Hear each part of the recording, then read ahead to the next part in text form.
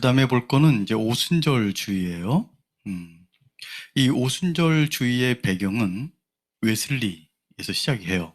웨슬리에서 감리교가 탄생되었고, 웨슬리안적 신학들이 이제 탁 이 개신교 안에 들어왔는데, 정립이 됐는데, 요거 안에서 이제 19세기 성결운동이 벌어진 거죠. 그래서, 세컨드 블레싱을 구하면서 어떤 두 번째 복 또는 두 번째 체험을 구하면서 이 성령 세례의 체험이죠. 그들의 용어에 의하면 성령 세례의 체험이고, 그러면서 이제 하나님이 원하시는 거룩에 도달하고 하나님과 이웃사랑을 완전하게 할 수 있는 사람이 된다.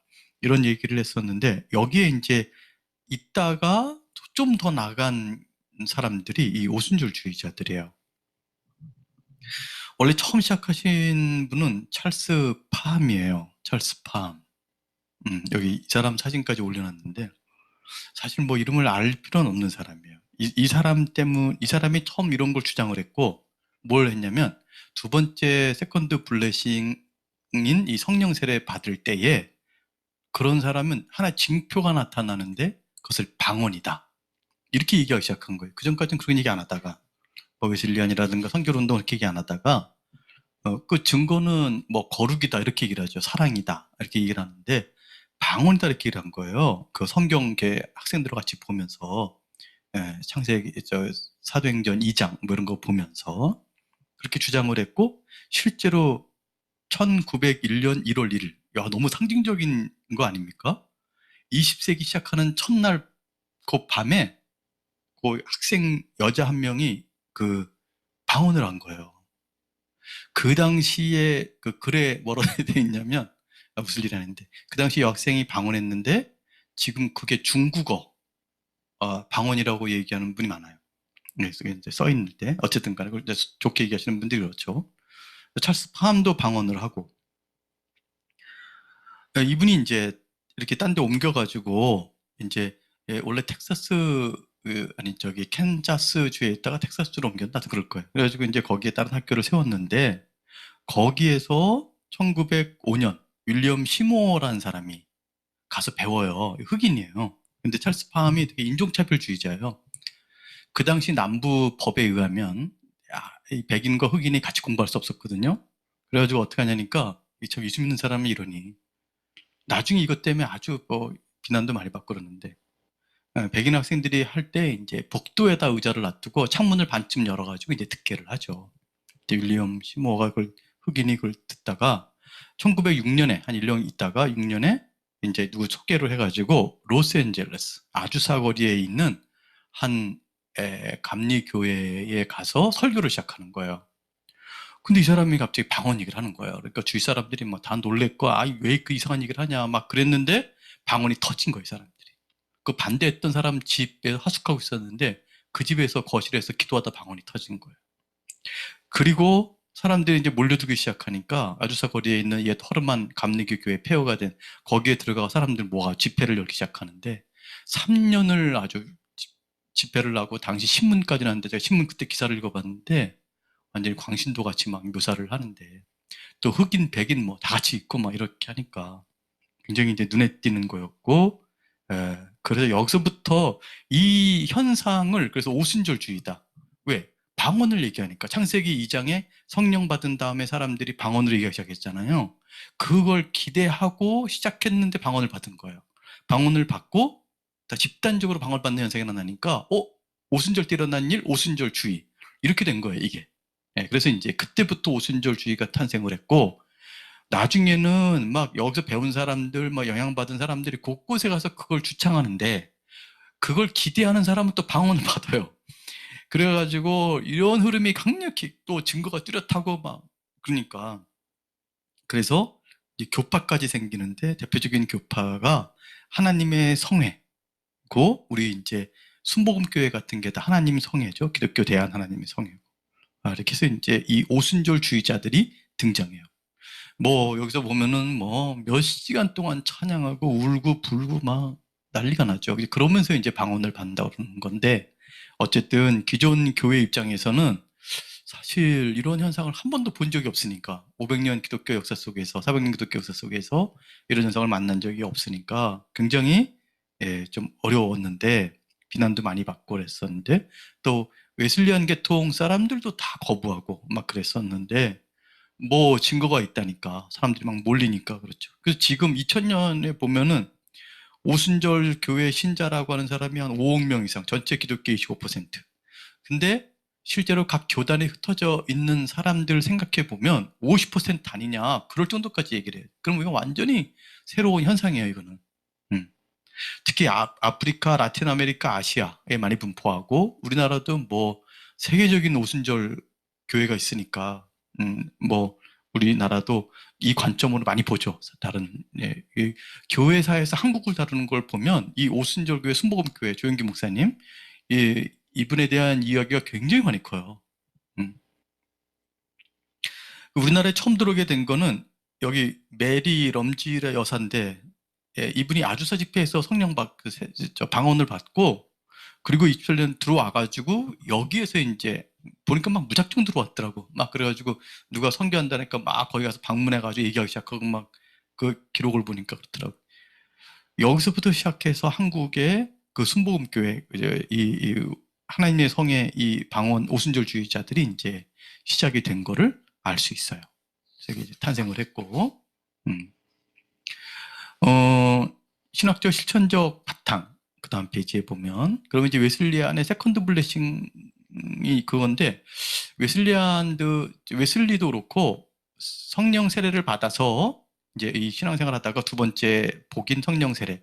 그러니까 첫 번째 복은 회심, 두 번째 복은 성령 세례 받아서 성화가 되는 것. 이렇게 생각을 했는데, 이 오순절주의자들은 처음엔 성결을 대해서 얘기하다가 나중에 이게 없어져요. 그냥 방언밖에 안 남는 거야. 그러니까 좀 성격이 변화되어졌죠. 그래서 뭐 능력, 3단계 주장하는 사람도 있고 2단계 주장하는 사람이 있는데 2단계는 처음 예수 믿고 성령 인침 받아서 회심하고 두 번째는 이제 성령 받고 거룩하게 된다. 그런데 거룩이 빼지면은 이제 그냥 성령 세례 받고 방언하면서 능력 있는 삶을 산다. 3단계는 3단계 주장하는 사람은 처음 회심하고 그다음에 두 번째 세컨드 블레싱으로 거룩하게 되고 세 번째는 방언 받으면서 성령 세례로 능력 받는다. 막 이렇게 이제 막 논의야 뭐 굉장히 정교한 학문이 아니니까 이렇게 주장하는데 나중에는 방언만 남고 또 방언으로 대표되어지는 뭐 기적, 치유 막 이런 게 이제 남는 거죠.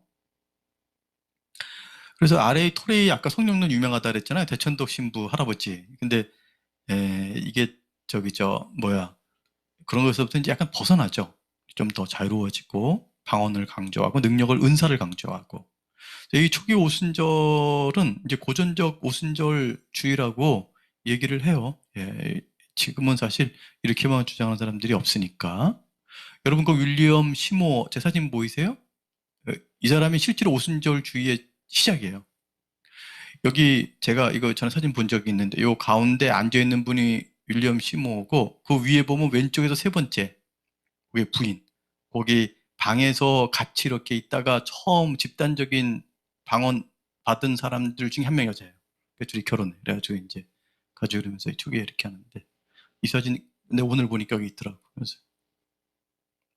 아주사 거리에 지금도요. 제가 한번 이렇게 관심이 있어가지고 그 구글인가 지도인가 그걸로 그 사진 볼 수 있잖아요. 그래서 그냥 들어봤는데 거기 아주사 거리에 그러니까 1906년 리바이벌 이렇게 표지판이 붙어가지고 그걸 기념하는 게 약간 있더라고요.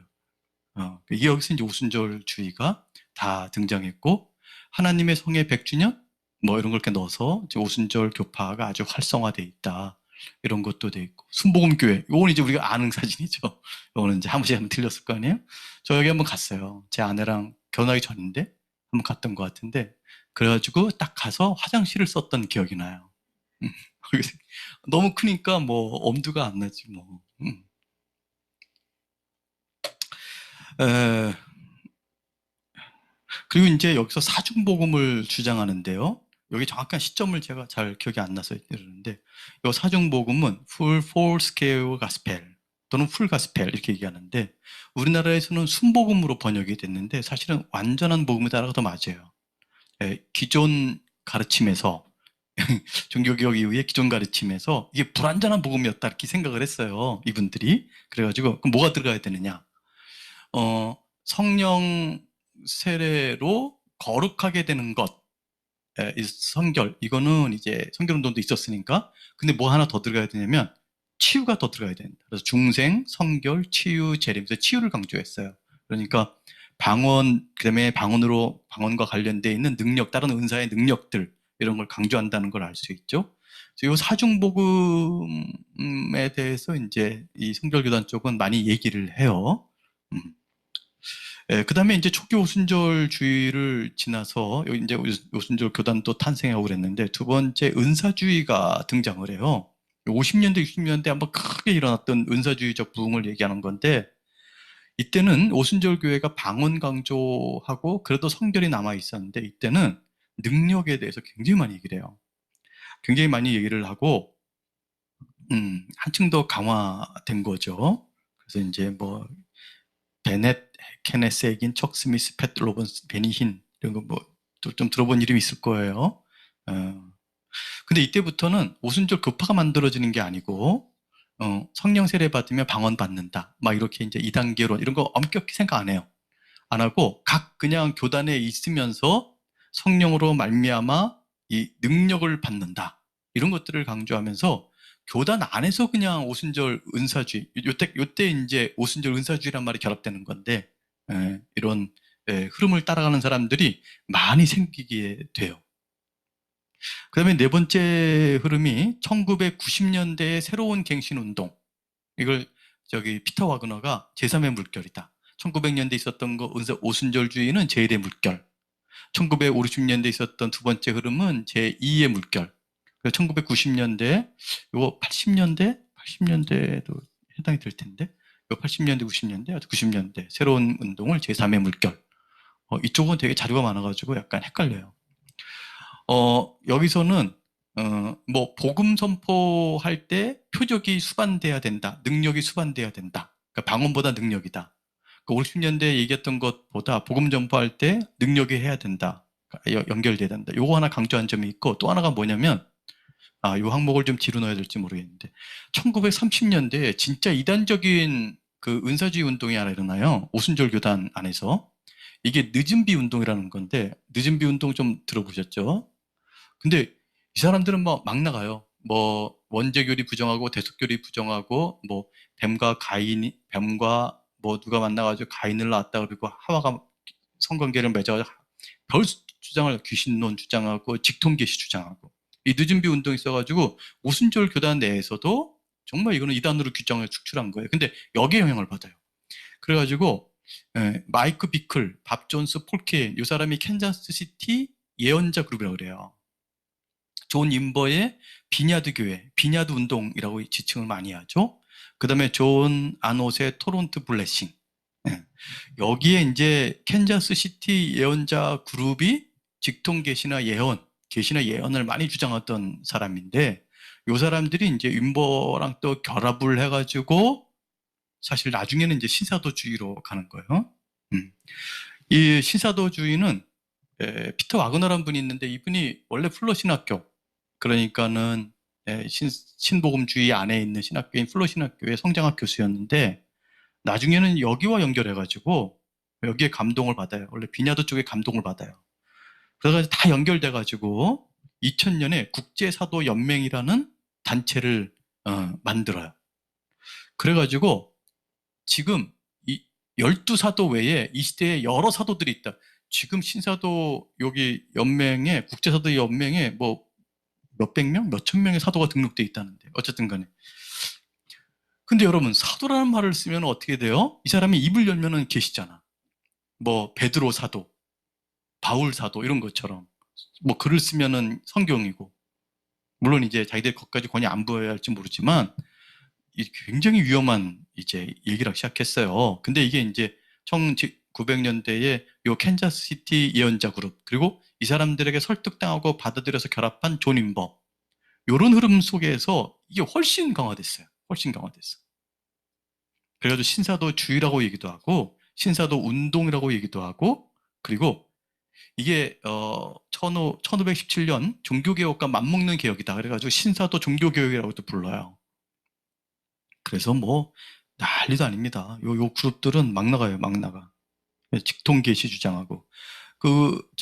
마이크 비클이 원래 캔자스시티 안에 있다가 민보와 만나서 그랬으면서 이제 아이합을 만들죠. 뒤에 나오나?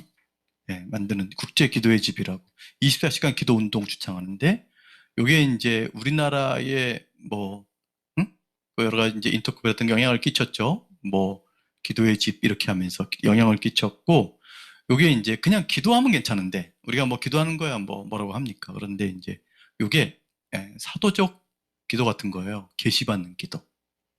예언한다 그러고 막 이제 그러면서 이제 한국 교회 안에 아주 큰 문제가 발생하는 거예요.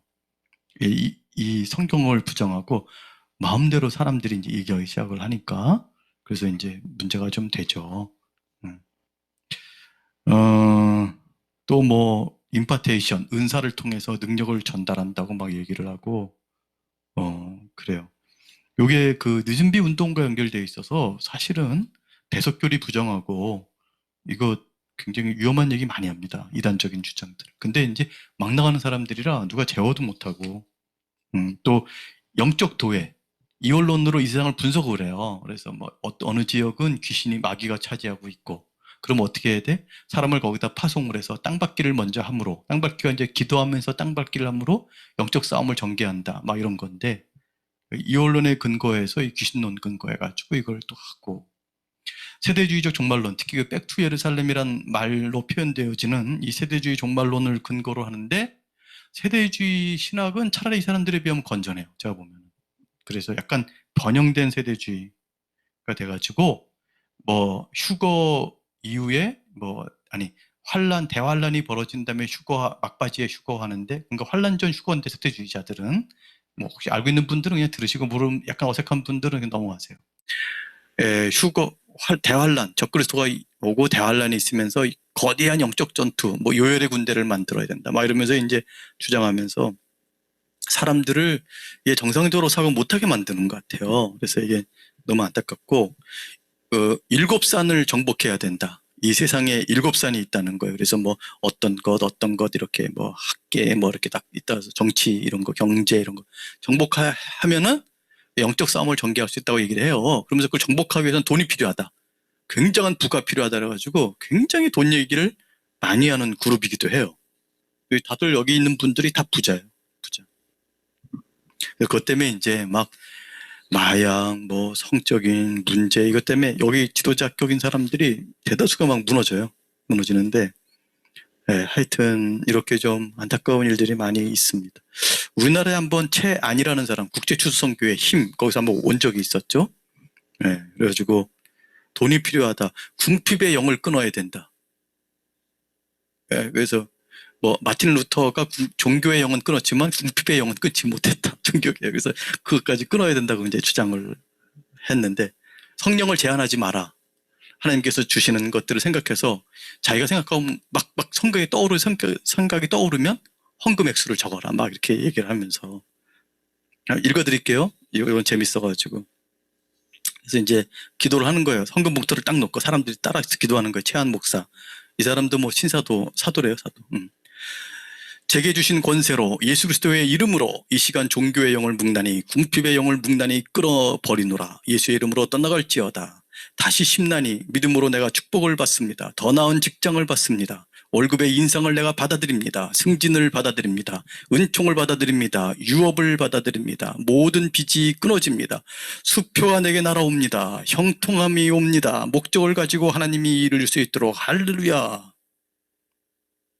사람들이 이제 이걸 따라한 거예요. 수표가 내게 날아옵니다. 승진을 받아들입니다. 따라오고, 헌금 봉투를 들고서 막 기도를 따라하고, 바구니에 들어있는 수표를 긁어 모으는 신용을 막으면서 허공에서 양손을 막 휘젓고, 궁핍의 병을 내쫓는 기도를 하면서 허리를 비틀고 헉 소리내고, 2006년 6월 13일 월간지 교회와 신앙 기사. 이게 약간 예, 너무 나가신 분들이에요. 제가 볼 때는. 예, 이거 이렇게 하면 안 돼요. 이거는 지금 우리가 해야 할 일이 많은데, 지금 이렇게까지 하면 안 돼. 그래서 평가와 영향을 보면, 정말 성령의 은사, 능력, 뭐냐, 주 안에서 복되게 기쁨을 누리고, 그 다음에 봉사하고 헌신하고 전도하기 위한, 거룩을 위한 성령의 은사와 능력을 추구할 것을 강조하는 면에서는 저는 좀 들을 바가 있다. 그러나 성령 세례를 전통적으로 강조했던 웨슬리안 계열의 웨슬리안이나 감리교나 성결교단에서 강조했던 이 거룩에 대해서는 점점 무관심해지고, 능력을 강조하는데 왠지 그게 정말 주를 위한, 하나님의 영광을 위한, 봉사를 위한 능력이 아니고 다른 차원의 능력이 되고, 나중에는 직통 계시, 사도적 예언 이런 거 주장하면서 정통 기독교에서 이탈했다. 뭐 정말 우리나라 이거 많은 영향을 받아가지고 이상한 분들 많아요. 근데 어쨌든 이 신사도주의는 좀 그렇다 하더라도 오순절 은사주의는 전 세계 기독교에 큰 영향을 끼쳤어요. 생각해보기. 성령의 은혜를 구하는 신앙생활이 뭘까? 이분들 살피면서 늘 그런 생각을 해요. 야, 이거 참 쉽지 않다. 그다음에 은사에 대해서는 잘 이해하지 않으면 어렵고, 그러나 은근히 은사에 대해서 기대하지 않는 거는 또 문제가 있구나 생각을 하고, 과도한 추구가 갖는 위험성, 자기를 잘 살펴야 돼요. 자기가 왜, 뭐 때문에 이런 것들을 구하고 이런 것들을 생각하는지 고민해야 돼요. 그래서 이게 함부로 막 하다가 선을 넘어서요. 하나님을 구하고 예수 그리스도의 그 십자가를 구해야 되는데 능력을 구하는 경향이 위험하고, 분명한 성경관이 필요하죠. 성경적인 성경관이 필요하고, 예언 직통 계시의 이단성을 조심해야 돼요.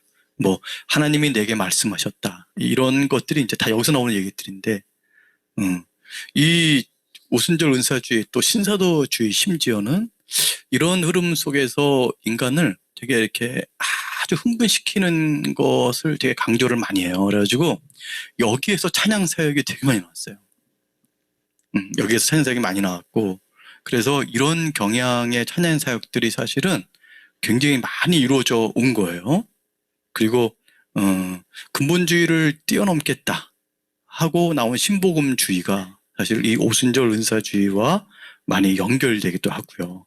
그래서 요거 참 또 특이한 현상이다. 자유주의와 더불어서 19세기 자유주의와 더불어서 20세기 오순절 은사주의, 그 뭐 어떻게 오순절 은사주의, 오순절주의까지는 어떻게 얘기해 보겠는데, 나머지 은사주의의 과격파들과 신사도주의까지 가면은 이건 도무지 뭐 대화조차 할 수 없는 그런 흐름으로 넘어가는 것 같구나 생각이 듭니다. 자, 여기까지. 그리고 이제 그 다음에 신정통주의예요. 여러분, 이 신정통주의, 정통주의 기억나요? 정통주의? 17세기 정통주의 기억나세요? 안 나도 괜찮아요. 그게 언제쯤 얘기인데 안 나도 괜찮아요. 신정통주의. 요거는 뭐냐면 자유주의 신학과 싸우기 위해 하나님 싸우면서, 반대하면서 하나님 중심적인 정통 신학을 세우고자 시도한 운동이에요. 그럼 근본주의는? 네, 미국에서 자유주의가 싸운 건 근본주의고요. 유럽에서 영미에서 싸운 건 근본주의고, 자유주의가 싸운 건, 유럽에서는 신정통주의가 싸웠어요. 근데 실제로 유럽은요, 자유주의가 등장한 이후부터는 사실 굉장히 옛복음주의라고 할까? 그런 흐름들이 약했는데, 이 신정통주의가 등장하면서요, 자유주의가 몰라 그래요. 오히려 이렇게 얘기해 볼게요, 여러분. 실제로 근본주의가 자유주의와 싸웠는데, 복음주의나 근본주의가 싸웠는데, 자유주의를 무너뜨리는 거는 이 사람들이 아니었어요. 신정통주의가 무너뜨렸어요. 그래서 사실 대화가 된 사람들이 신정통주의였고, 근본주의는 서로 욕만 한 거고, 근데 그 안으로 들어가서 싸운 사람들은 신정통주의인 거죠. 그래서 좀 주목해 볼 만해요. 배경은 똑같아요. 그 모더니즘, 세속주의, 그리고 자유주의의 낙관론, 이런 걸 다 반대하면서 등장하는 건데, 다만 근본주의가 갖는 반사회적, 반학문적 그런 거는 완전히 궤를 달리해요. 오히려 자유주의 비평 안으로 들어갔고, 학문 안으로 들어갔고, 오히려 정치에 개입했고, 오히려 민중들의 삶을 고민했고, 이런 사람들이 이제 신정통주의예요. 그래서 약간 신자가 붙은 거에서 여러분들이 딱 눈치를 채야 되는데, 완전 정통은 아니구나. 이걸 아셔야 돼요. 완전 정통은 아니에요. 근데도 문제제기 자체가 되게 중요한 문제제기를 많이 해요. 네, 그래서 요 신정통주의를 많이 공부하는 데가 그 이 응?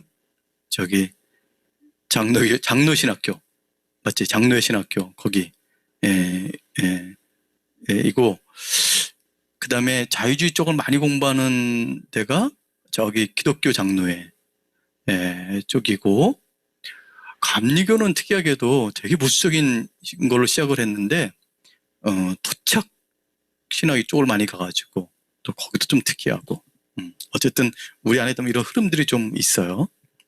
그래서 이 정통주의가 그런 거다. 그래서 이제 정통주의는 유럽 쪽에서 시작한 거예요. 특히 독일, 스위스 이 정도에 시작을 했고 근본주의는 영미에서 유명한 거고 특히 미국에서 있는 거고 이렇게 이제 큰 흐름을 파악할 수만 있다면 지금 여러분들 머릿속에 이게 진짜로 그려지기만 한다면 여러분은 오늘 갑자기 몇 시간 만에 무지하게 똑똑해지시는 거예요. 축하드려요. 자유주의는 어떤 사람들입니까? 하나님의 초월성. 그러니까 초월적인 기적, 성육신, 재림, 승천, 부활, 이런 거 부정하는 거잖아요. 근데 왜 부정하냐는 거예요. 왜 부정하냐 했더니, 아니, 지금 사람들이 그런 걸 믿냐. 이렇게 얘기하는 거죠. 현대 문화가, 시대가 그런 시대냐. 그래서 나온 거 아니에요? 계몽주의 산물이에요, 그러니까. 현대 문화와 타협한 거예요. 이성주의적 합리주의, 계몽주의, 과학주의, 과학적 자연주의. 다 이거 EDL 스쿨에서 배우는 거예요. 과학적 자연주의. 이런 것과 타협을 한 거예요. 근데 타협의 결과가 어떻게 되냐니까 이게 너무 아쉬운 게 자유주의가 그래서 이제 잘 어울려서 좀 이렇게 기독교도 좀 이렇게 드러내고 이렇게 하는 줄 알았는데 사회가 흔들릴 때는 이걸 비판하고 교정할 능력이 없는 거예요. 이 자유주의가. 그런 문제점이 있었어요. 근데 이거 넘어가기 전에 제가 몇 가지 화면을 여기 안 넘긴 게 있는데요. 지금 순복음교회에서 멈췄어. 잠시 쉬는 마음으로 한번 볼래요? 이 사람들은 볼 필요는 없어요. 벌써 얼굴들이 좀 마이크 비클 24기 기도원도 아이합 설립한 사람 밥 존스, 존 윤버, 비냐드 운동 한 사람, 존 아돈. 이게 화면이 막 깜빡거리는 이유가 있겠죠. 이게 마음에 안 드나 뭐지. 피터 와그너 얼마 전에 몇 년 전에 돌아가셨을 거예요 아마. 그런데 꼭 무슨 햄버거 그 아저씨 같지 않나요? 근데 이분 얘기할 때 사람들이 너무 특이하다 그래요. 원래 플로신학교에서 교회 성장학 연구소 그래도 비교적 건전한 교회에 있었는데 갑자기 신사도주의로 가는 바람에 도대체 무슨 생각으로 이렇게 했나 사람들이 의심할 정도로. 국제 사도 연맹 ICA가 이제 그런 거예요. 여기 영상들 보면 난리가 아니에요. 여기 이쪽에 임파테이션 그 이분이 이게 뭔가 옷을 벗어가지고 이렇게 휘두르면은 막 다 날아가고 넘어져요. 아이 진짜 제가 그 장면만 보면 제가 혼자 그랬겠어요. 아직 지랄들 하고 있구나. 미안해요. 이렇게 표현 써서. 최안의 힘. 네. 신정통주의. 신정통주의. 그래서 이걸 문학의 신교라 그래요. 신정통주의. 그냥 그 시대의 학문과 사조, 철학과 어울리게 자기를 포기하고 변형시키면서 거기에 적응해가는 그런 기독교를 문학의 신교라고 한다. 자유주의가 이제 그런 면이 있는 거예요. 근데 이걸 반대하는 거야. 특히 정통주의라는 건 뭐예요? 초월적인 거 다 인정하고 믿고 기적도 다 얘기하고 이렇게 해야 기독교가 사람들을 이끌 수 있고 이 세상이 잘못될 때 그걸 비판할 수 있고 이게 바로잡을 수 있다. 이렇게 생각을 하는 거죠. 그래서 정통주의 신학의 근거에서 이야기했다 그래서 신정통주의라고 하죠. 그 다음 페이지 보면 대표적인 인물이 칼바르트예요. 너무 유명해요. 20세기 대표적인 신학자예요. 최고의 신학자, 영향을 끼친 사람들 중에는 그렇게 볼 수 있어요. 근데 이제 보통 장로교나 보수주의 교회에서는 칼바르트를 안 좋게 생각을 해요. 그러니까는 들어본 적이 많이 없을 거예요. 근데 조금만 한 발만 들여다보면 뭐 영향력이 대단한 사람인 거죠.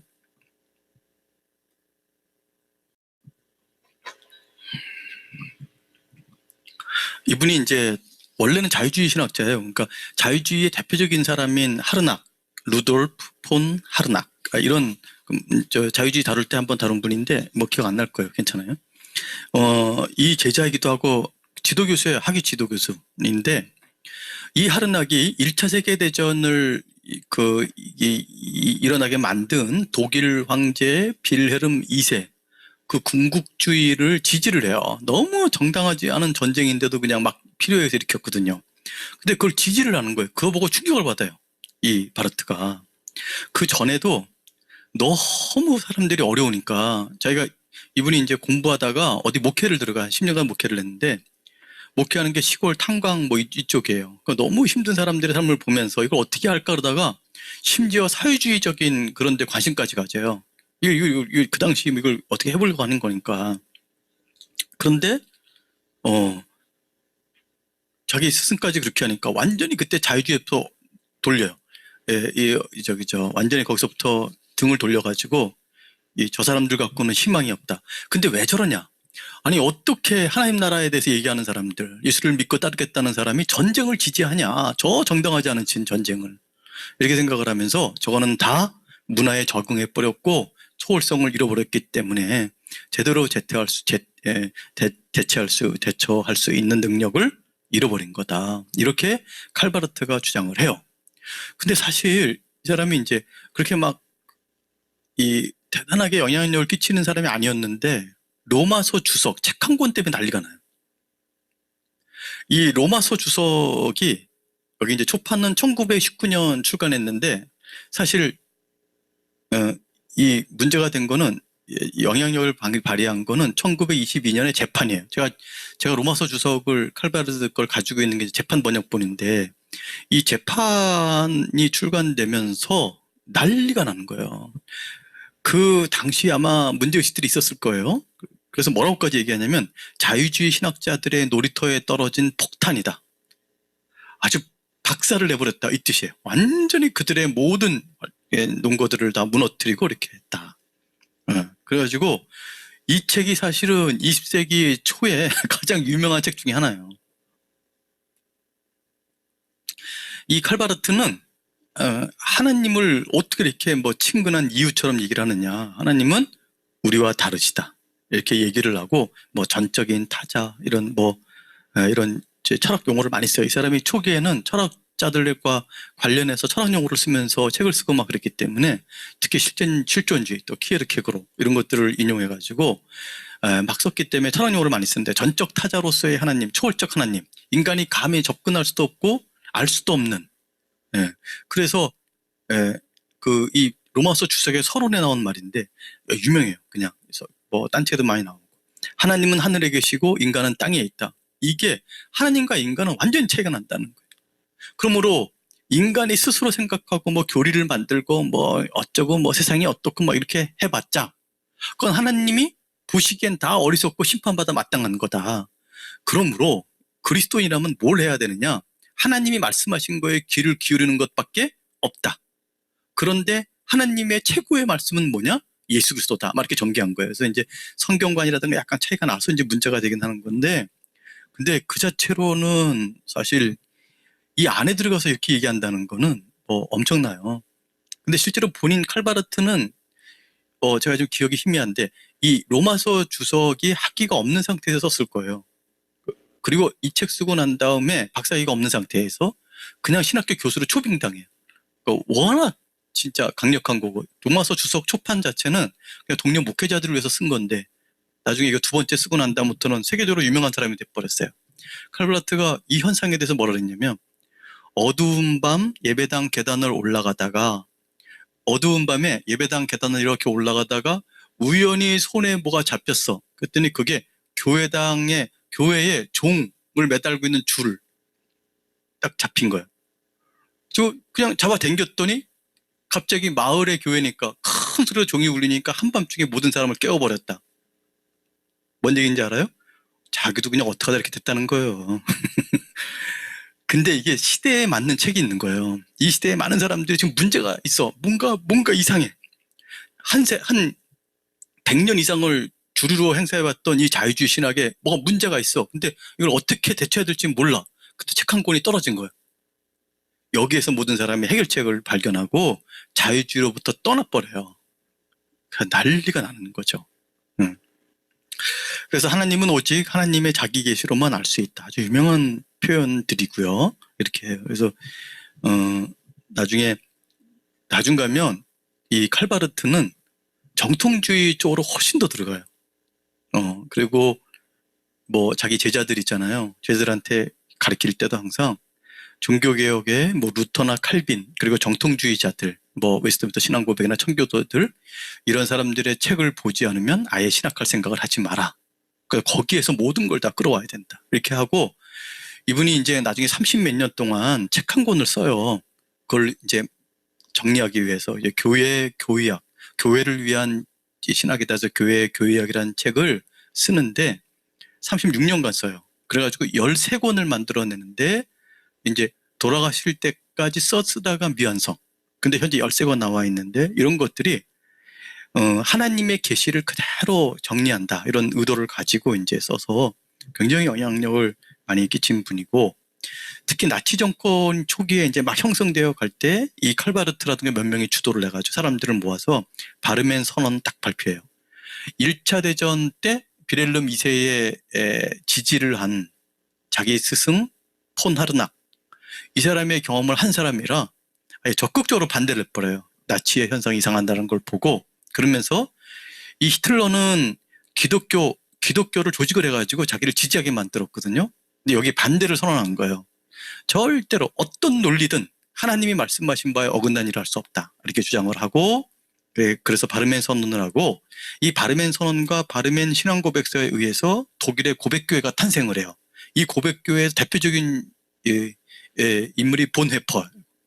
이제 뭐 이렇게 이제 막 연결되어져요. 그래서 원래도 이 어려우신 분들의 고민하면서 사회주의까지 한번 관심을 가졌고 그리고 정치에 관심이 있고 이렇게 대안을 했던 사람이고 자유주의 안에 들어가서 자유주의를 깨뜨려버린 사람이고 자유주의 비평학문 요 비평학문을 안 쓰면은 아예 학자도 인정 안 하는 시대였거든요. 근데 그런 걸 쓰면서도 반대를 한 사람이고 그래서 아주 학문을 어떻게 해야 되느냐 이런 것들을 좀 고민하게 만든 또 샘플을 보여준 그런 사람이라고 할 수 있어요. 이 사람의 영향을 받은 사람이 대표적인 사람이 에밀 브루너. 그래서 자유주의 하면은 이 칼바르트와 에밀 브루너는 또 훨씬 더 이 칼빈파에 가까워요. 그리고 이제 칼바르트는 루터파 아닌데 개혁파인데 그 아버지가 개혁파 교수기도 하고 둘이 이제 논쟁 붙죠. 뭐 자세히 얘기하기 싫은데 뭐 고가르텐, 불투만, 폴틸리, 뭐 판덴베르크, 물투만, 뭐 나인홀드 리버 뭐 이런 사람들이 이제 요 주요 인물들이죠. 영향을 보면 자유주의에 이어 세계 기독교 대세가 되죠. 그래서 지금은 이쪽에 약간 이 자유주의 쪽에 있던 분들이 다 신정통주의에 가 있어요. 우리는 지금 잘 못 접해요. 이 완전 보수적인 한국 교회는 완전 보수적인 교회가 많고 지금 이 강의 들으신 분도 대부분 보수주의 교단에 있을 거예요. 그러니까 이 신정통주의의 이야기를 많이 못 들어요. 많이 못 듣는데 전체 기독교로 보면 더 강세에 있다. 이 학계에서 보면 그렇게 말할 수 있고 되게 정통주의 신정통주의인데 정통주의에서 마음대로 벗어나요. 그냥 자기 마음대로 그냥 뭘 해요. 막 이상한 얘기도 많이 하고 그래서 이제 좀 그렇죠. 이 칼바르트는 근데 딴 사람보다는 훨씬 더 건전할 거예요. 참 유머도 있고 되게 학문적인 자질도 많이 있고 그래서 굉장히 영향을 끼쳐요. 이 칼바르트 서재에 2명의 사진이 있다 그러죠. 그 사진 제가 직접 봤는데 서재를 찍은 사진이 2명이 있는데 하나는 모차르트 그리고 또 하나는 칼빈 요 2명의 사진이 있어요. 그래서 이 사람은 모차르트의 음악도 내게는 복음적이다 이렇게 얘기를 해요. 그 모차르트 해석의 대가라고도 하죠. 음악에 대해서 2명 정통주의에 서 있고 또 이렇게 하면서 그런 것들이 이제 이 칼바르트의 어떤 일면을 보여주죠. 평가를 보면 자유주의 몰락에 결정적인 기여를 해요. 그렇지만은 너무 좀 이쪽에 있는 분들이, 신정통주의 분들이 정통기독교는 좀 다른 주장을 많이 해요. 그래서 혼란을 초래하긴 하죠. 제가 생각해 보기 위해서 자유주의와 싸웠던 두 흐름, 근본주의와 신정통주의인데, 하나는 정통교리를 그대로 지켜냈는데 사실 그 안에 들어가서 싸운 건 아니고, 또 정치, 경제, 사회, 문화, 영향력을 행사한 것도 아니고 오히려 소수파로 전락을 했고, 그렇지만 정통교리를 지켜냈고 지금까지 우리가 그 유산 가운데 있어요. 근데 신정통주의는 또 약간 정통교리에서 떠나 있지만, 그러나 또 그 안에서 대단한 싸움을 했어요. 그래서 야, 이게 두 개가 좋은 점만 좀 묶어주면 안 되나? 이런 생각을 하면서 어떻게 걸어가야 되나 앞으로, 이런 생각을 좀 해봐요. 하나님의 초월성을 강조하면서 이 기적과 이런 것들을 우습게 여기고 했던 흐름들에 반대했기 때문에 이거는 정말 중요하다. 또 현대 문화에 적응하진 않지만 대안을 제시하는 방식이었어요, 이게. 그래서 현대 문화에 적응하지 않는 것, 뭐 소비주의, 뭐 세속주의, 물질주의, 또 뭐 탐욕 가운데 살아가는 삶의 방식들, 이런 것도 있고요. 이 신정통주의가 부딪힌 거는 군국주의였어요. 뭐 1차 세계대전, 독일 사람이 독일에서 활동했으니까 2차 세계대전 때는 히틀러. 이것과 싸웠다니까요. 네, 그러니까 현대문화에 동화되지 않고 안에 있으면서도 밖에 있는 사람이었고, 그러면서 대안을 제시했거든요. 그래서 이 대단하다. 좀 우리나라에도 이런 분들이 있으면 좋겠다, 그런 생각할 정도로 좀 부러운 면도 좀 있었어요. 정통주의 신학이 얼마나 중요하냐. 뭔가를 이렇게 거기서 뭔가를 끄집어낼 때 그거는 하나의 우리에겐 우물 같은 거요. 마르지 않는 샘 같은 거예요. 그래서 거기서부터 다시 돌아가서 사고하면서 뭔가를 이렇게 얘기할 수 있다는 거를 칼바르트가 잘 보여주었죠. 그러나 자유주의의 비평 방법은 그대로 쓰는 바람에 그냥 너무 이상한 얘기도 많이 해요. 그 이후에 막 여러 사람들이. 그래서 그런 한계는 있다, 이렇게 말씀드릴 수 있어요. 자, 마지막으로 신복음주의. 신복음주의는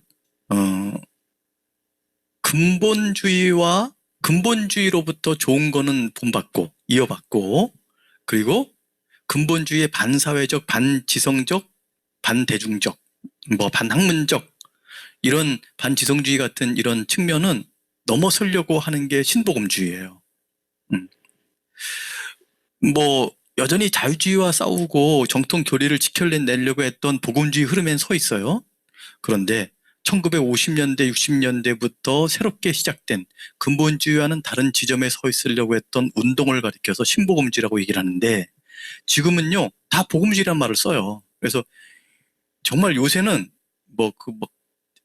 진짜 아닌데도 아무나 자기를 복음주의라고 얘기를 해요. 복음주의자다, 자기를. 그렇게 하니까 이 용어 자체가 지금은 많이 망가졌는데, 제가 볼 때는 전혀 복음주의라고 얘기할 수 없고, 거의 신사도 계열인데도 복음주의라고 얘기할 때 자기를 멋있게 포장하며 하는 사람들의 태도인 것 같아요, 제가 볼 때는. 근데 그렇게 하게 된 이유가 이 신복음주의자들 때문에 그래요. 그래서 옛 복음주의, 정말 종교개혁과 정통주의, 경건주의, 성결운동 뭐 이런 흐름 속에 서 있는 사람들하고 지금 복음주의라 얘기하는 사람은 진짜 달라요. 그러니까 근데 이제 신복음주의란 말도 안 써요. 그냥 복음주의 그런단 말이에요. 그래가지고 복음주의란 말을 안 써요. 오히려 정통에 있는 사람들이 역사적 기독교란 말을 써요. 근데 저는 복음주의란 말을, 스토트가 나중에 이제 소책자에서 뭐라 그러냐면, 이걸 이 용어를 왜 포기하냐. 그래서 뭐라고 하냐면, 지금 신복음주의에서 주장하는 복음주의는 역사적 기독교, 옛 복음주의에 다 닿아 있는 거다. 그러니까 오히려 잘못된 신복음주의라고 하면서 잘못된 흐름에는 반대하고, 역사적 기독교, 정통 기독교에 닿아 있는 것이 우리가 말하려는 복음주의다. 그러면서 이 용어를 그대로 써야 된다, 얘기를 해요. 뭐 알리스터 맥그라스도 마찬가지고. 근데 이 신복음주의의 대표적인 사람이 존 스토트예요. 그래서 뭐 그 말도 맞고 저 말도 맞다 생각을 해요. 그래서 저는 이제 복음주의 그러면 지금은 너무 오염돼가지고 사실 쓰기가 어려워요. 근데 용어 자체가 너무 좋은 거야, 이름 자체가. 그래서 여러분, 그 다음에 제목이 뭔지 아세요? 마지막에 총 정리하는 제목. 이거 제대로 시간 내서 할 수 있을런지 모르겠는데. 이름 잘못 안 써놨네? 이거 오해했구나. 할 말이 없다. 제가 이거 제목을 이렇게 써놨어. 제목이 뭐였냐면, 원래 제가 준 제목은 뭐였냐면, 역사적 기독교, 복음주의, 성경적 교회 회복을 위하여. 요 세 가지 용어로 썼어요. 역사적 기독교, 복음주의, 성경적 교회 회복을 위하여. 그러니까 저희 복음주의란 말도 제가 좋은 거예요. 그래서 지금 이상한 사람들은 복음주의가 아니에요. 제가 볼 때. 그렇지만 이제 혼자 생각이고, 그냥 제 혼자 생각이고, 대부분은 관심이 없고, 대부분은 막 쓰고, 그냥 자기가 무슨 얘기 하는지를 몰라요. 역사를 공부 안 하니까. 저는 제가 생각할 때 여러분, 자기가 뭘 하든지 알고 하자니까? 참나. 나는 신사도주의구나. 어떤 부분은. 이렇게 하면 되잖아. 근데 왜, 모르고 하면은 지도자가 되면 안 돼요. 분별할 수 없다면 지도자가 되면 안 되거든. 좀, 갑자기 흥분해가지고 한마디 했습니다. 이 오켄가란 분이 이제 신복음주의 전체 시작할 때 개입하신 분이, 시작하신 분인데, 이분이 신복음주의라는 말을 썼어요. 이분이 한번 쓰고 나서 신문에 막 교계라든가 여러 신문에 막 났거든요. 깜짝 놀래가지고 신자를 빼달라 이렇게 했었는데 too late. 지금까지 신복음주의라는 말을 쓰는 거예요. 지금 이분들은 근본주의가 지키는 정통 교리는 맞아요. 진짜 지키고 싶은 거예요. 그래서 되게 보수적인 사람들이에요. 그런데 옛날 옛복음주의가 사회의 주류였거든요. 지금 프린스턴 대학하고 프린스턴 신학교는요, 완전히 정말 딴 데로 가 있어요. 그 굉장히 유명한 대학이고 주류 대학인데 완전 딴 데로 가 있어요. 그러니까 참 정통 복음주의가, 옛 복음주의가 사회의 주류였던, 정치, 경제, 문화에 다 이렇게 주된 사람이고, 아까 그 스콥스 그 원숭이 사건 있잖아요. 원숭이 재판. 그때 그 변호사가, 근본주의 대표였던 변호사가 국무장까지 하신 분이에요. 근데도 역사와 생물학, 물리학, 지질학 이런 데 이제 무식한 게 들어나가지고 좀 창피를 당한 건데, 알아야 되나? 근데 어쨌든 간에, 좀, 굉장히 사회 주류인 거예요, 이 사람들이 다. 근데 그런 거에서 이제, 그런 영광을 회복하고 싶다. 그런 생각을 이제 많이 했죠. 칼바르트 로마서 주석 그림에 보면, 바르멘 선언, 교회 교의학 요 13권짜리 지금 30몇 년간 쓴 책, 요게 이제 거기 나왔고, 본헤퍼, 본헤퍼는, 히틀러 암살하려고 그러다가, 처음엔 이런 거 평화주의자로서 이렇게 안 하다가, 도무지 자기가, 그냥 손해 안 보려고 뒤로 물러나는 것 같은 느낌 받아가지고 그냥 들어가요. 들어가면서 이제 잡혀가지고, 독일로 들어가기 며칠 전, 연합군이 들어가기 며칠 전에 처형을 당합니다. 에밀 브루너, 유명한 사람이에요. 고가르텐, 불트만, 폴틀리, 몰트만, 당대 유명한 학자들이에요. 신복음주의. 빌리 그레함이 대표 주자인데 시드니 집회가 여기 나오는군요.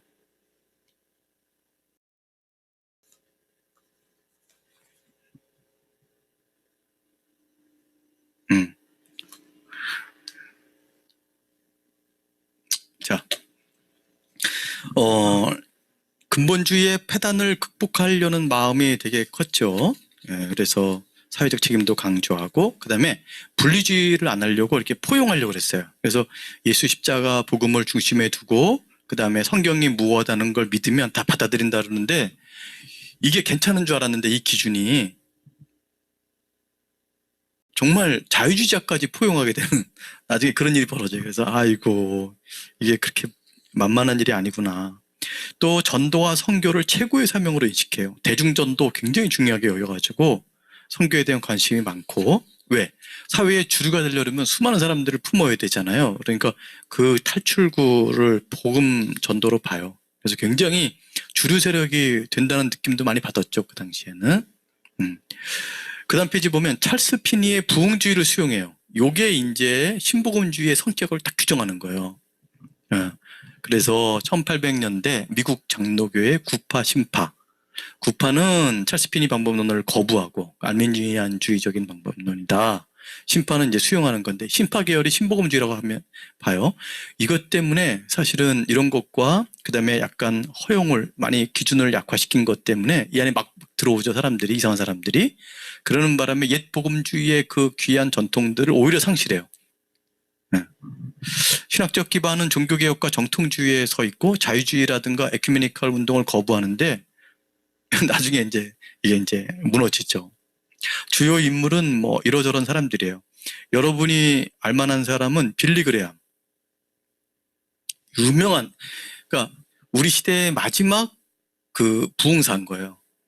우리나라에도 1973년인가요? 와가지고 뭐 엑스포? 그런 거 열어가지고 막 여의도에 구름대처럼 모였잖아요.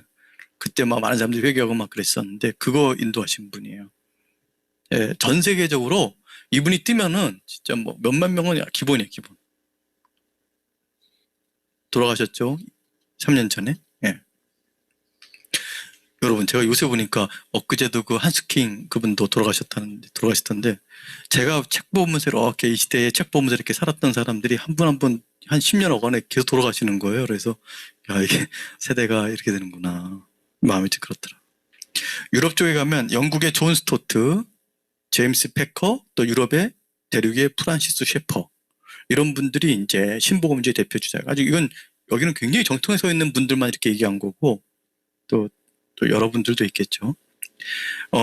그래서 오켄가, 존 카넬, 카렐리 이런 분들이 처음에 이걸 세울 때에 아주 주도적인 분들이에요. 이런 분들이 다 주도했던 분들이고, 더 얼굴 좀 더 보여드릴까요? 유명하신 분들. 이분들이 이제 우리가 많이 아는 분들인데, 존 스토트, 뭐 당대 뭐 어마어마하죠. 제임스 패커, 작년에 돌아가셨죠? 제임스 패커. 셰퍼, 프란시스 셰퍼. 뭐 세계관뿐만 아니라 전도에 있어서 사실 완전히 혁명적인 그런 방식을 사용하신 분이죠.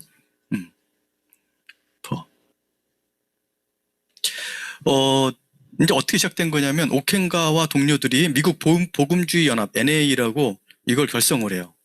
이제 근본주의로부터 벗어나면서 새로운 복음주의를 만들자 이렇게 해가지고 이제 결성을 하고 초대 회장이 오켄가가 되고, 그 다음에 이렇게 하려고 그러면은 목회자들을 잘 길러내야 되잖아요. 그래서 신학교를 건립해요. 풀러 신학교. 왜 풀러 신학교냐면 돈 내신 분이 찰스 풀러기 때문에 그래요. 그래서 항상 전 돈 많이 낸 분들을 존중해서 이름도 져줘야 된다 생각.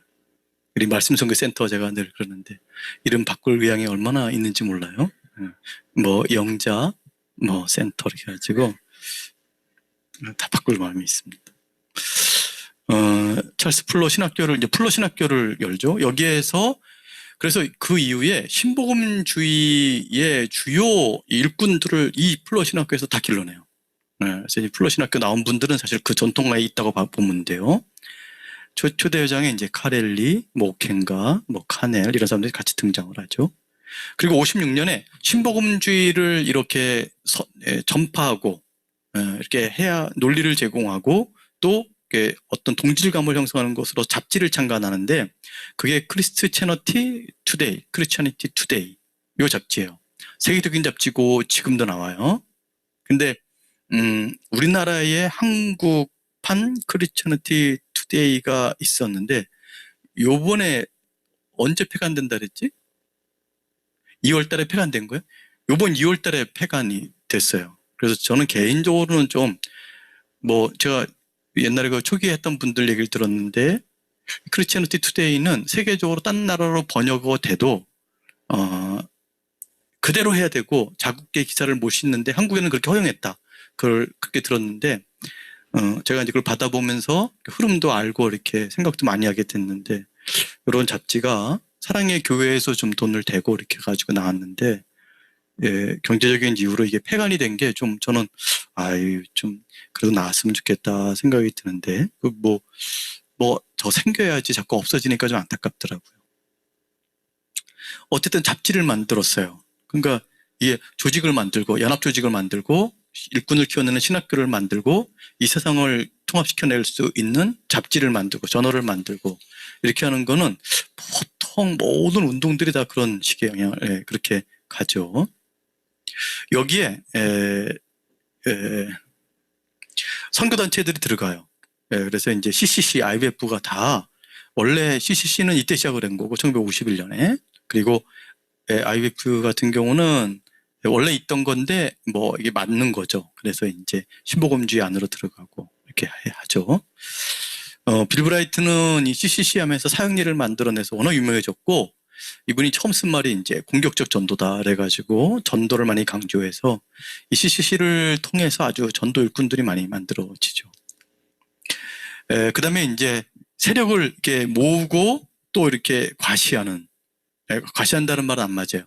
세력을 모으고 또 그만큼 세력이 돼가지고 모아진, 그러면서 세계 선교와 전도회를 강조하는 대회들을 여는데 베를린 대회가 있고 로잔 대회가 있는데 로잔 대회가 워낙 유명해요. 지금까지 로잔 대회에서 발표되어진 여러 가지들이 지금까지 굉장히 영향을 끼친다고 봐야 되고, 일반 근본주의적인 교회들은 로잔 대회에서 선포되어진 것들을 주목해야 돼요. 그래서 어떻게 사회적 책임을 다하고 뭐 환경 문제까지 이런 이제 로잔 대회 이후로 로잔 대회의 후속 작업들이만 이루어지는데 그런 것들이 이제 중요하게 좀 취급이 돼야 되는데 이것조차도 한국 교회에 사실은 잘 안 들어오는 성향이 있어요. 근본주의적인 성향이 강해가지고 그래서 이제 빌리 그레함이 대회장이고 존 스토트가 이제 전체 총무로서 일하고 이제 이렇게 된 건데. 여기서 아주 주목할 만한 건 빌리 그레함이에요.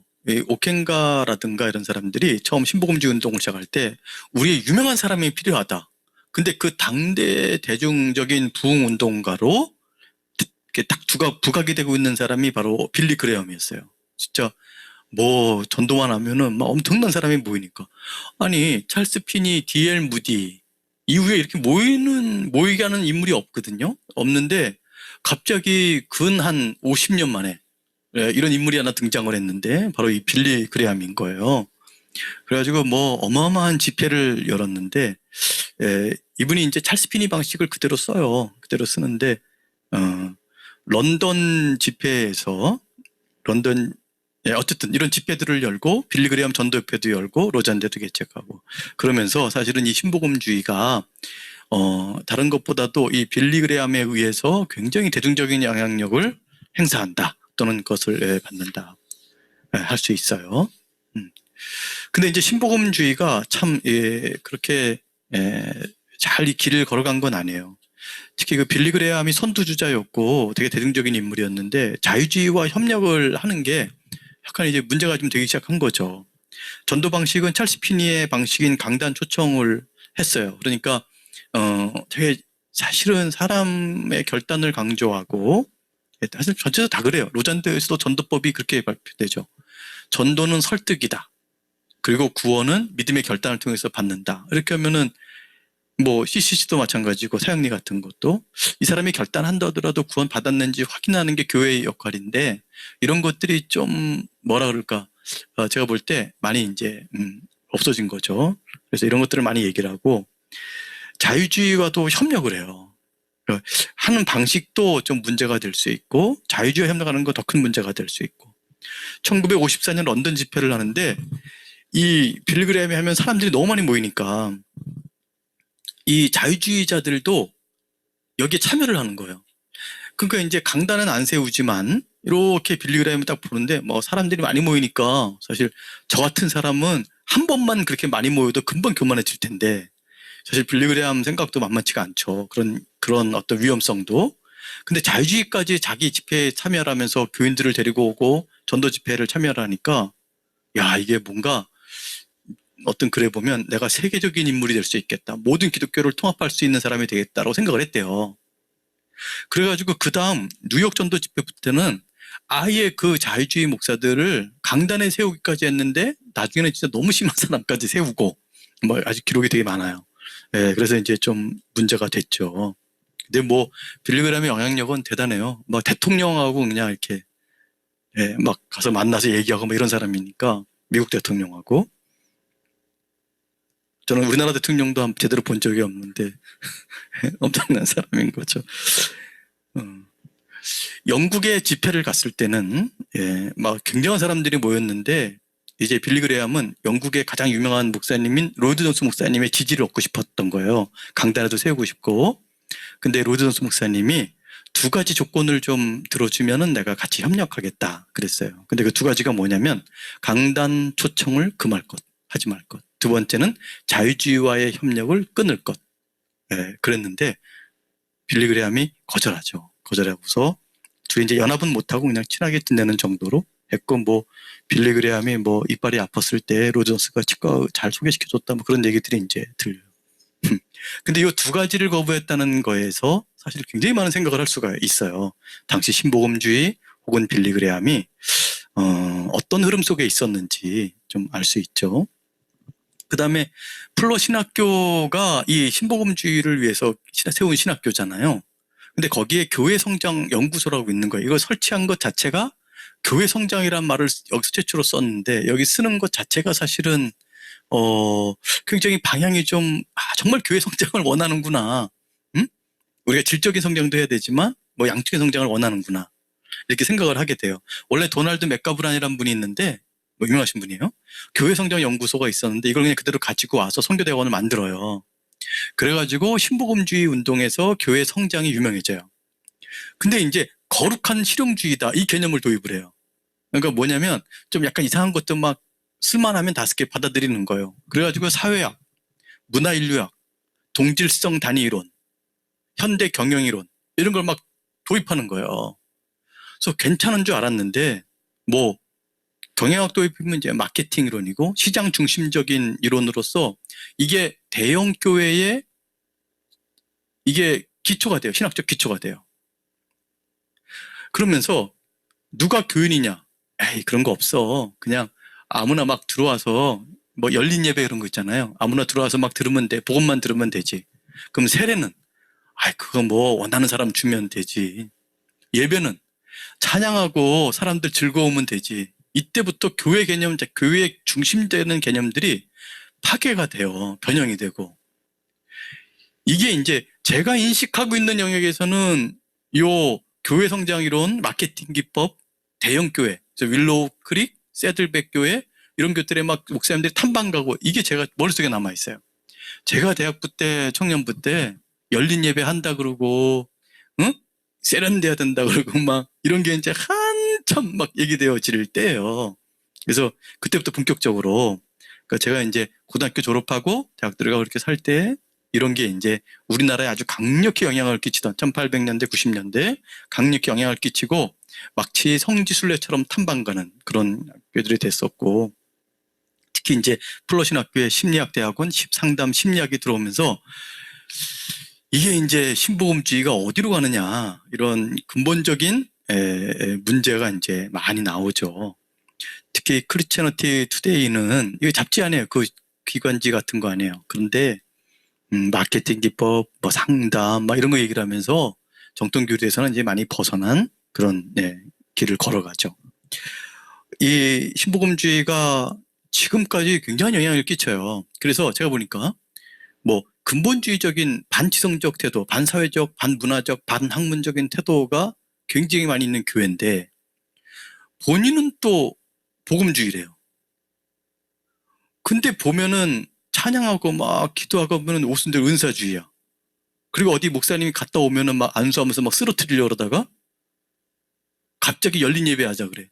그러니까 지금 이게 뭔가 막 흐트러진 거예요. 이렇게 만든 게 이렇게 만들었을 때 이 신복음주의 흐름이 약간 그 영향이 있는 거예요.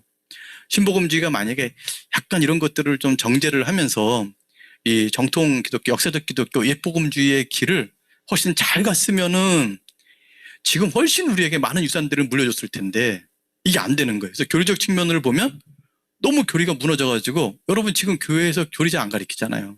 복음에 대해서 잘 얘기를 안 하고 그런 면이 많잖아요. 함부로 얘기하면 안 돼요. 열심히 하는 교회도 많기 때문에. 그런데 그냥 그런 것보다 뭐 힘을 내십시오. 뭐 이렇게 위로하고 그러면서 좀 설교도 너무 가볍게 설교하고 제가 너무 많이 듣는 말은 어렵게 설교하면 안 된대요. 그래서 어렵게 설교하면 안 되죠. 근데 그 말이 만약에 성경의 그 부유한 내용들에 대해서 너무 그런 거 들어도 사람들이 좋아하지 않는다. 만약에 이런 쪽이라면 진지한 설교가 축소된 거고 정말 신학의 중요한 원리들 그리스도 십자가 복음이라든가 하나님의 초월성이라든가 이런 것들에 대해서 만약에 하지 않는 거라면 우린 벌써 지금 많이 무너져가고 있는 거다. 이게 신보험주의의 한계로 등장한다. 여러분, 근본주의의 반지성적 태도, 대중주의적인 태도 때문에 문제가 됐는데 그걸 벗어나고자 하는 그 신복음주의는요, 똑같이 가요, 똑같이 가. 왜? 신복음주의가 뭘 원했어요? 수많은 사람들에게 영향력을 행사해서 교계나 교단이나 사회의 주류가 되려고 그랬어요. 그러다 보니까 기준을 낮춘 거야. 낮추니까 오히려 대중주의적인 그런 흐름들이 많이 생긴 거죠. 그게 좀 안타까운 거예요. 그게. 화면이라 좀 더 보실래요? PPT. 플러 신학교 거기 나오죠. 크리스찬리티 투데이. 이 센츄리는 자유주의 잡지예요. 그래서 여기에 그 당시에 크리스찬 센츄리가 영향이 굉장히 강했거든요. 뭐 오랜 역사가 있었고 그거에 대응되는 크리스찬리티 투데이를 만든 거예요. 그리고 이제 이게 큰 영향력을 발휘하는 잡지였는데 지금은 그 영향력이 많이 약화되었다 그래요. 로잔 대회. 아주 중요한 대회인데 이것도 사실 소개가 좀 덜 돼 있는 거고. 빌리 그레엄 잘생겼죠. 남자답게 생겼는데 옛날 저를 보는 것 같아요. 73년 여의도 광장에서 설교하는 빌리 그레엄. 이때 그 통역한 분이 저기 침례교회 김정한 목사님이시죠. 그때 그것 때문에 유명해졌죠. 수원 침례교회 맞죠? 수원 침례교회.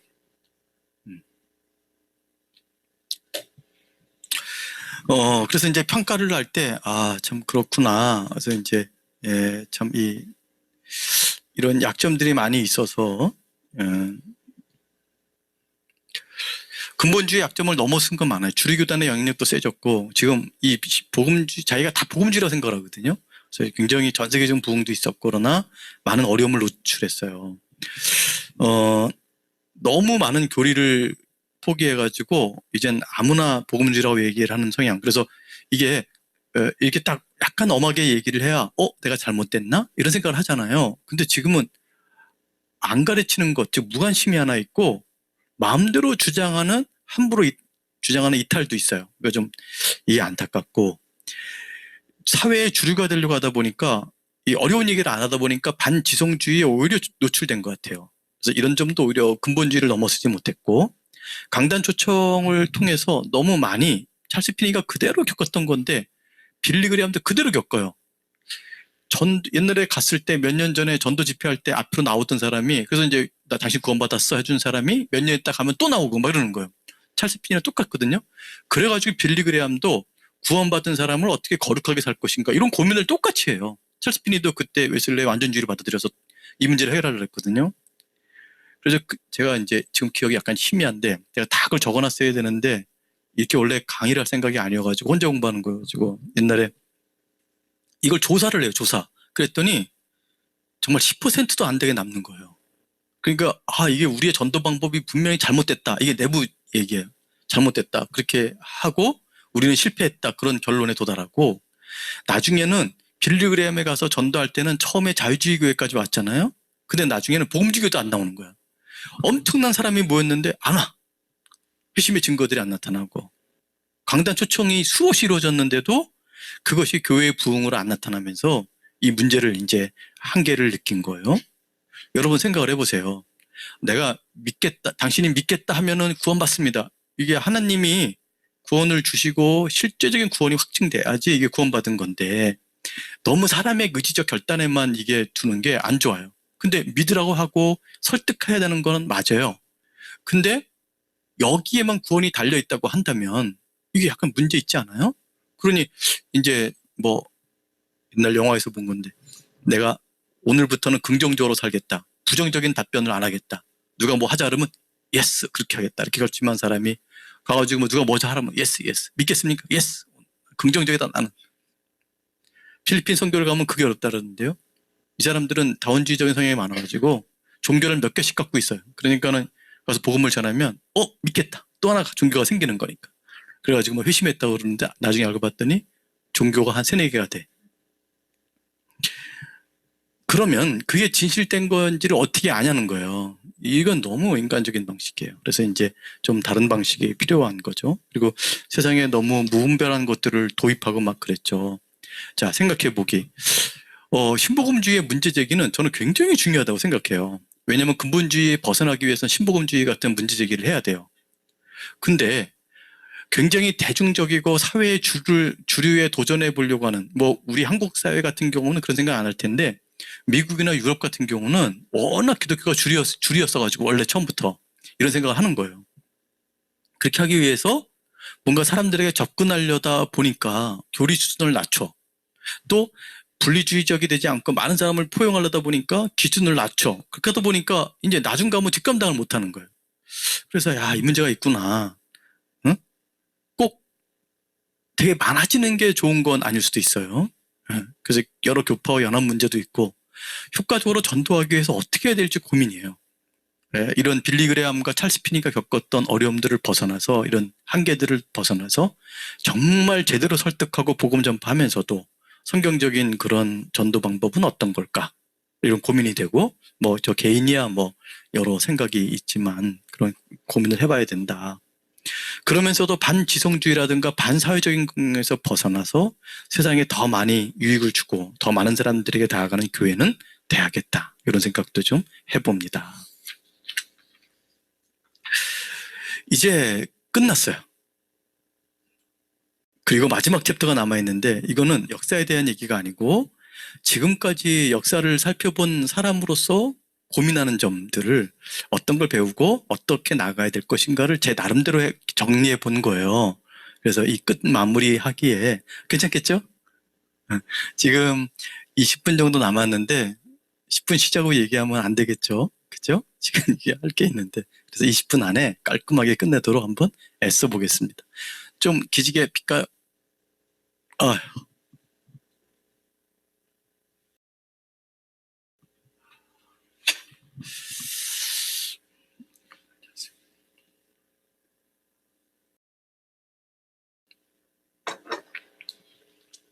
여기 저 화면 보이세요, 여러분? 이게 원래 제목이었어요.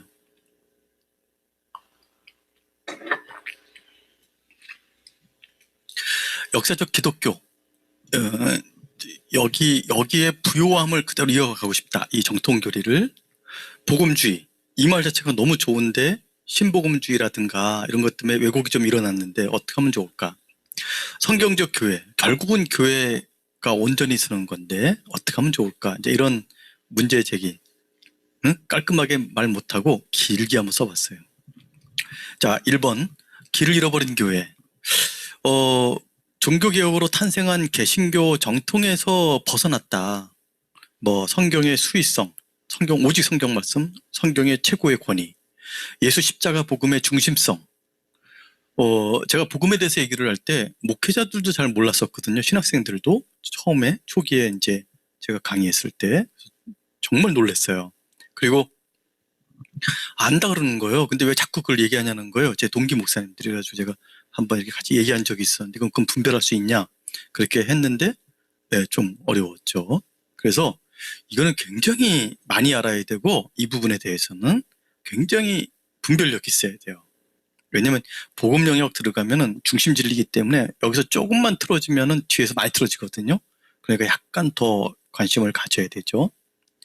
그 다음에 이제 살아있는 신앙. 그리고 우리 공동체로서의 아주 힘 있는 교회. 제대로 된 교회, 하나님이 기뻐하시는 교회. 근데 이런 거를 상실했어. 이게 이제 막 단적으로 얘기해 보는 거예요. 뭐 이게 뭐 다 끝났어 이렇게 얘기하는 건 아니고 이런 면들이 이제 조금씩 있는 거니까. 그래서 길을 잃어버린 교회들의 모습을 보면 형식적 신앙, 열정을 잃어버린 교회. 이런 거 될까 봐 겁나요.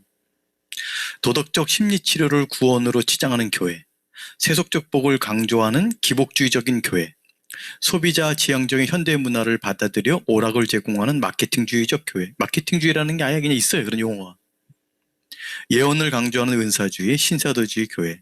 진리를 거부하며 이교적 영성 체험을 제공하려는 교회. 뭐 이머징 처치라든가 또는 뭐 동양이라든가 중세 고대의 영성 방법을 함부로 도입하는 것들, 이런 모습들. 제가 어느 한 교회라는데 한 교회 안에 다 나타난다는 거예요.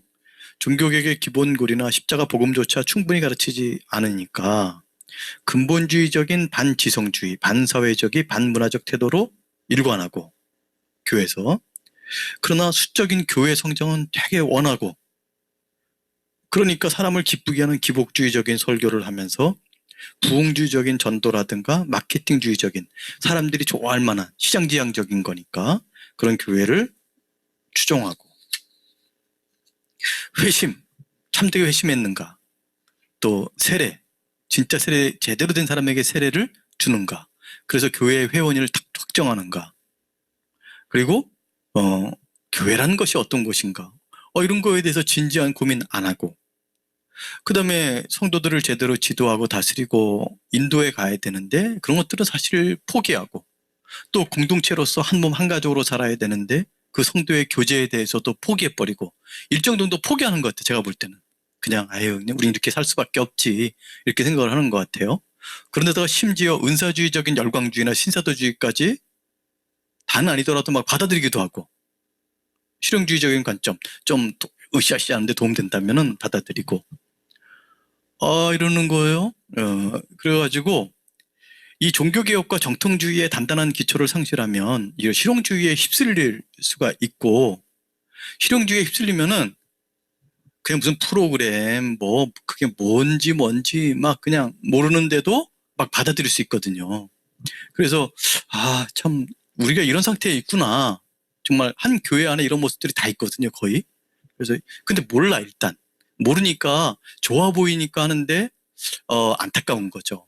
사실 뭐 저의 모습이기도 했고, 옛날에 잘 분별을 못했고, 또 여러 교회 목사님들도 정말 교회를 사랑하고 정말 전도하고 싶고 정말 그러고 싶어서 하는데도 이제 이런 오류를 조금씩은 행할 수도 있어요. 또 잘하시는 분도 많지만, 그래서 길을 잃어버렸구나 생각이 들어요. 어떻게 했으면 좋겠는가? 회복과 부흥을 위해서. 그러니까 이제 감당할 수 없는 좋은 얘기는 다 써놨어요, 제가. 한번 뭐 그냥 끝나는 마당에 한번 꿈을 꿔보는 거예요. 일단 종교개혁과 정통주의에 입각한 역사적 기독교 옛복음주의의 굳게 서자. 뭐 하도 많이 얘기를 해가지고. 그러면서도 잘해보자. 그러니까 이 정말 제대로 이 교회를 세우기 위해서 그동안 노력들이 많았잖아요. 형식적인 신앙 극복, 살아있는 신앙 위함.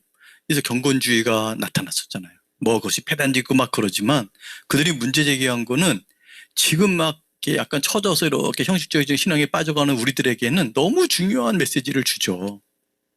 또 거룩과 헌신, 봉사, 사랑을 강조한 선결운동. 이거 얼마나 중요합니까? 근본주의의 한계를 넘어서고 현대의 학문과 문화에 적극적으로 대응하며 새로운 전도를 통해서 부흥을 갈망했던 신복음주의. 이런 것도 사실은 너무 소중한 문제제기죠. 그래서 뭐 형식적인 신앙은 가지고 있는데 뭐 살아있지는 않고 열정도 없고, 또 거룩에 대해서는 뭐 얘기할 수 없을 정도로 뭐 맘대로 살고, 그러면서도 굉장히 반지성주의적으로 뭐 이렇게 축소되어져 가지고 뒤로 물러나 있고, 근데 교리는 또 우리 복음은 잘 안 가르치고, 그러면 이제 다 갖춘 교회가 되는 거죠. 그러니까 좀 벗어나야 돼요. 그 다음에 여러 사조나 운동에 대해서 비판적으로 수용하자. 이 비판적으로 수용한다는 거는 제 입장에서 한번 이해를 해보는 거예요. 그래서 여기 하이퍼 칼비니즘에 대한 웨슬리는 문제 제기. 요게 이제 제가 이런 얘기를 하냐면, 하이퍼 칼비니즘이라는 거는 왜곡된 칼비니즘이에요. 뭐 예정론 같은 걸 생각해 보면 어떤 사람은 하나님이 구원하시기로 예정을 했고 어떤 사람은 구원 안 하시기로 예정을 했다. 이거를 이렇게 노골적으로 얘기해 버리면은 원래 그렇게 하라고 예정론이 나온 게 아니거든요. 구원받은 사람이 나를 영원전부터 사랑하셨구나, 이렇게 하려고 나온 예정론인데 성경은 그렇게 써 있어요. 근데 이렇게 하면은 그럼 전도를 할 필요가 있어요, 여러분? 또 하나님이 구원하시기로 예정하셨다면 내가 어떻게 살아도 구원하실 거 아니에요? 그럼 뭐하러 거룩에 힘써? 헌신하고 뭐하러 그래요? 그래가지고 제가 1700년대에 어딘지 몰라요? 기억이 희미해서 지금 침례교회 어느 교단에서요, 예정론을 근거로, 특수 침례교회요, 예정론을 근거로 전도를 안 하기로 결의까지 했어요. 결의까지. 결의까지 했다고? 제가 깜짝 놀랐어요. 이게 왜곡된 칼비니즘, 그래 이걸 하이퍼 칼비니즘이라고 그래요.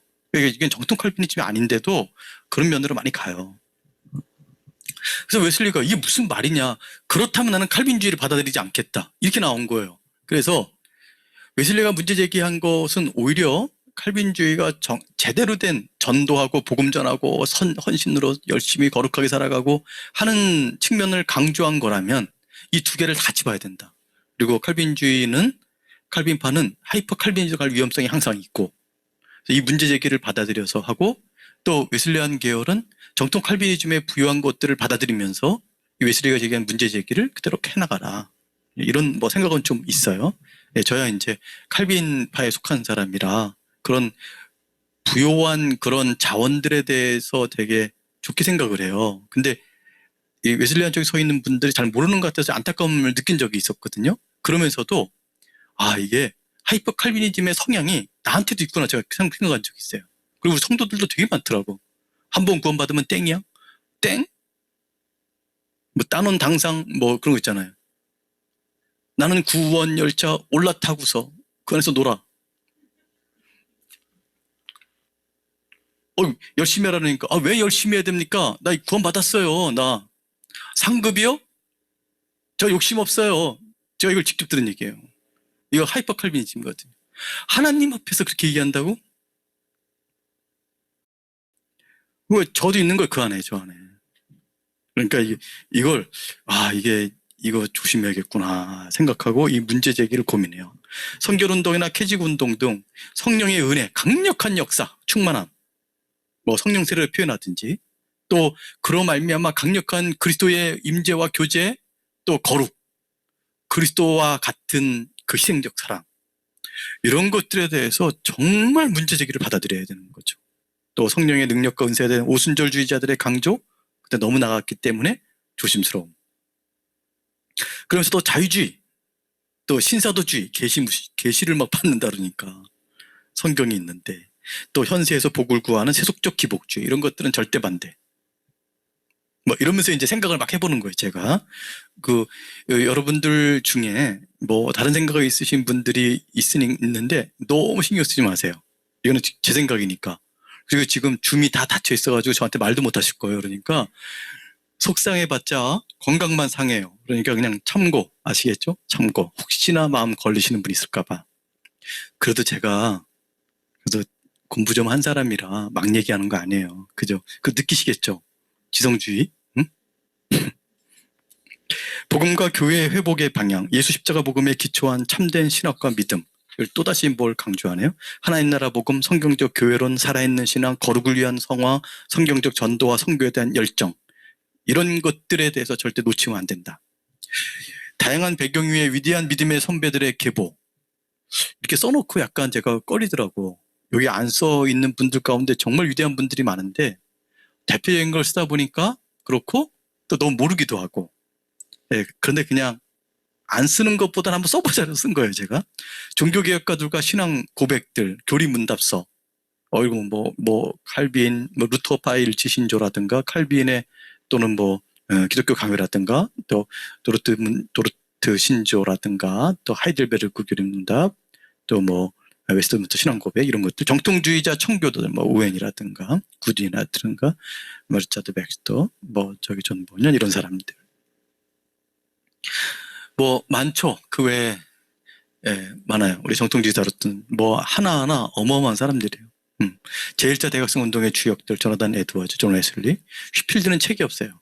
예, 책을 쓰라 그러니까는 설교는 말로 하는 거지, 책을 어떻게 그게 담기냐는 거예요. 워낙 영국적인 설교를 잘하신 분이라. 맞아요. 녹음기가 있었다면은 좋을 뻔했어요. 그분이 설교하면, 지옥 설교라면은 지옥이 앞에 보인다 그랬으니까 어떻게 이렇게 보이죠? 그 다음에 경건주의의 교훈, 존 웨슬리의 교훈, 성결운동이나 캐직사경의 교훈, 저한테는 이게 되게 중요해요. 이건 경건주의나 성결운동에서 캐직사경의 교훈 되게 중요합니다.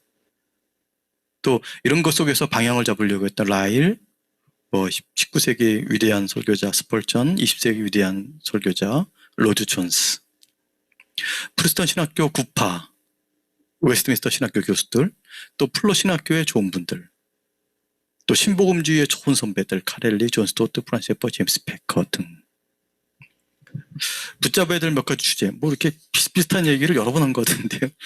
근데 지난번 써놔서 형벌 대속적 죽음 십자가 신학의 기초와 예수 십자가 복음, 오직 예수 오직 믿음의 기초한 은혜 신학과 정통주의 신학, 성경 전체를 관통하는 하나님 나라 복음과 언약 신학, 구속사, 하나님의 창조와 하나님의 절대 주권에 기초한 성경적 세계관, 모든 걸 하나님께서 다스린다는 것, 참된 하나님의 백성 공동체인 성경적 교회론, 살아있는 신앙과 거룩을 위한 성경적 성화론, 목자요 성자이며 신학자인 목회자상 회복, 경건주의 성별운동, 은사주의 신정도 신복음주의의 문제의식들, 이런 걸 붙잡고 있어야 된다. 마지막 세상과 교회의 관계, 세상에서 어떻게 살 것인가, 이층적 진리관을 넘어서는 성경적 세계관. 이건 뭐 전문 용어인데, 뭐 공적 영역은 뭐 그냥 세상 사람들이 하고 있고, 이런 개인적이고 심리적이고 내적인 영역은 우리 기독교가 있다, 이렇게 생각하는 방식. 뭐 공적 영역, 뭐 정치, 경제, 사회, 문화, 뭐 직장이든 이런 영역 가면은 자기가 믿는 바에 따라 행하지 못하게 하는 분위기가 있어요. 그러니까 이제 뭐 왜 교회 얘기를 여기서 해? 그건 각자 믿는 거지. 뭐 이렇게 하는 영역도 이제 구분되어 있는 거죠. 이걸 벗어나야 돼요. 그래서 성경을 인용 안 하고 또 교회란 얘기를 안 하더라도 예수 그리스도의 진리에 근거해서 세상의 문제를 제기하고 해결책을 제시하는 그런 방식으로 이제 가야 된다. 이제 그런 얘기하는 거예요.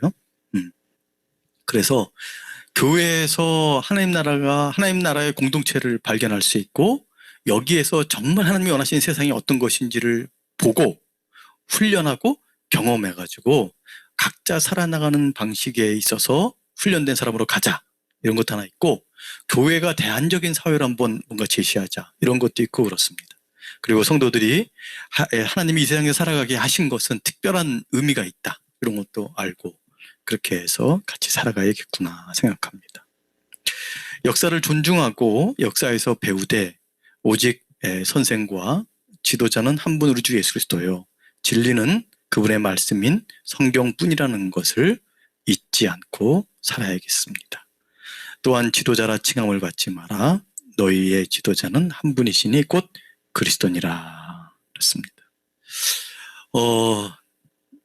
수고 많으셨습니다.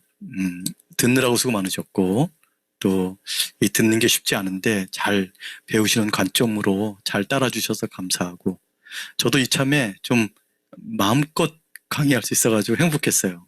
피곤했지만 굉장히 행복했습니다. 해보니까 한 줄을 더 해야겠구나, 그래야지 편하게 할 수 있구나, 이것을 좀 생각을 좀 했어요. 뭐 몇 년 뒤에 좀 보완해서 한번 더 해도 재밌겠구나, 그런 생각이 들었고요. 정말 감사하죠. 뭐 다른 얘기하기 전에 한번 복습 한번 할까요? 그냥 이렇게 들으세요. 이제 보면은 암기가 안 돼. 16세기에 종교개혁이 일어났어요. 그리고 17세기에 정통주의가 이걸 풍성하게 하고 체계화 시켰어요. 그러다가 형식주의에 빠질 뻔하고 좀 그런 현상이 나타났죠. 그러니까 경건주의가 등장하면서 이 진리 위에 살아있는 신앙을 세우려고 그랬어요. 그래가지고 종교개혁이 완성됐다는 얘기까지 하잖아요. 그게 이제 18세기에 종교개혁이 일어난 거예요.